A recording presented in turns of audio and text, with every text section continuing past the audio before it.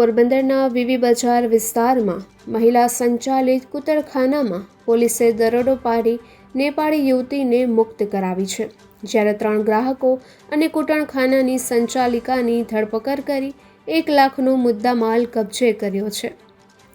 Porbandar Kamlabagh police મથકના PI RC Kanmiya અને ટીમને નાનામા પત્ર મારફતે કોઈએ માહિતી આપી હતી કે વીવી બજારમાં સ્કૂલ પાછળ રહેતી પૂજા રામભાઈ લાલુ નામની મહિલા તેના ઘરમાં કૂટણખાનું ચલાવી રહી છે અને વિવિધ રાજ્યોમાંથી યુવતીઓને બોલાવીને તેની પાસે દેહ વ્યાપાર કરાવવામાં આવી રહ્યો છે.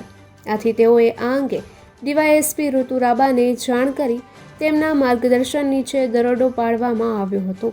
ત્યારે સંચાલિકા પૂજા લાલુ ઉપરાંત નેપાળી યુવતી મળી આવી હતી. ઉપરાંત ત્યાં નેપાળી યુવતી સાથે શરીર સંબંધ બાંધવા આવેલા 3 શખ્સો ભરત કાના ચૌહાણ, કેશુ જેતા કુછડિયા અને જીતેન્દ્ર પણ મળી આવ્યા હતા. આથી પોલીસે 3 ગ્રાહકો અને મહિલા સંચાલિકા પૂજાની ધરપકડ કરી 5 મોબાઈલ અને 1 લાખની રોકડ કબજે કરી હતી, જ્યારે નેપાળી યુવતીને ભોગ બનનાર જાહેર કરી મુક્ત કરાવી હતી. તપાસમાં એવું સામે આવ્યું છે કે નેપાળી યુવતી થોડા સમયથી સુરત રહેતી હતી અને 3 દિવસ પૂર્વે જ પોરબંદર આવી હતી અને અગાઉ પણ 3 વખત આવી ચૂકી હતી. યુવતીને ગ્રાહકે આપેલ રકમમાંથી અડધી રકમ આપવામાં આવતી હતી અને અડધી રકમ સંચાલિકા પૂજા રાખી લેતી હતી તેવું પોલીસની તપાસમાં સામે આવ્યું હતું અને 3 દિવસમાં જ 50થી વધુ લોકો શરીર સુખ માણી ગયા હોવાનું પણ મોબાઈલની તપાસ કરતા સામે આવ્યું હતું.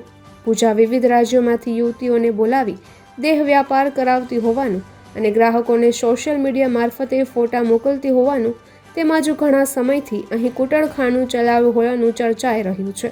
ત્યારે પોલીસે વધુ તપાસ હાથ ધરી છે. ઉલ્લેખનીય છે કે અગાઉ પણ શહેરના વિવિધ વિસ્તારમાંથી કૂટણખાના પકડાયા હોવાના બનાવ સમયાંતરે સામે આવ્યા હતા. ત્યારે વધુ એક બનાવ સામે આવતા શહેરમાં અનેક ચર્ચાઓ જાગી છે. નિપુલ પોપટ, પોરબંદર ટાઈમ્સ. આજ રોજ કમલાબાગ પોલીસ સ્ટેશન ખાતે ઇમોરલ ટ્રાફિકિંગની અમને બાતમી મળતા હું પોતે કમલાબાગ પીએશ્રી એમનો સ્ટાફ ત્યાં ચમ સ્કૂલની બાજુમાં વિવીનગર ખાતે અમે રેડ કરેલી હતી અને રેડ દરમિયાન અમને આરોપી જે કૂટણખાનું ચલાવતા હતા એ લેડી પોતે, આ સિવાય ત્યાં ગ્રાહક તરીકે આવેલા હતા એવા 3 ભાઈઓ અને એક જે ભોગ બનનાર છે એ લોકો અમને ત્યાં રૂબરૂ જ મળી આવેલા. આ સિવાય અમને ત્યાં 5 મોબાઈલ મળી આવેલા હતા અને 1,03,500 રોકડા રૂપિયા મળી આવેલા હતા. એ અમે પંચોની રૂબરૂ કબજે કરેલ છે.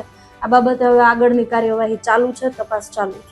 અમે આરોપીની વધારે પૂછપરછ કરીએ છીએ. અમને આ બાબતે વધુ જાણકારી મળશે તો આપની જોડે શેર કરીએ. અગાઉના ગુના બાબતે અમે ઈ ગુજકોપમાં ચેક કરાવેલું છે. એમના દારૂનો ગુનો છે એવું અમને ધ્યાનમાં આવેલું છે.